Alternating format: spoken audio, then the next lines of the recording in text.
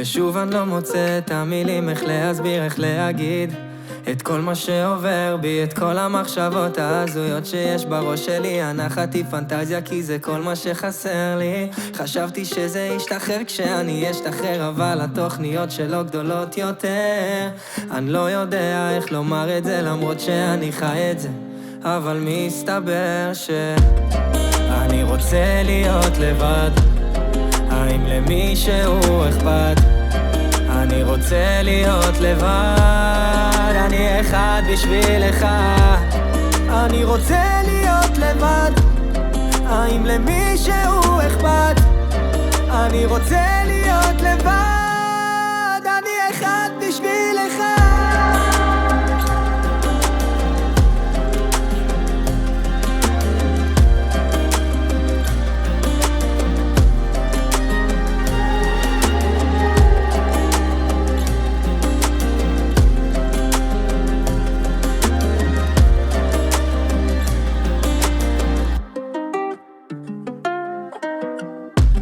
כל הזמן הראש שלי בדרמה והקרמה שלו באה לא הייתה לטובתי.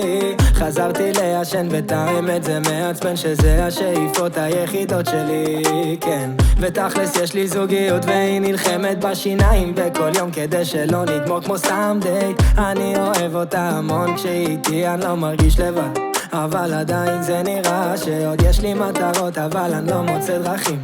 נשבע שזה קשה לחיות עם צורך להרשים, כי הלבד הזה נורא ואני חי את זה שנים. התחושה של הבדידות יותר קשה עם אנשים, אבל אני רוצה להיות לבד.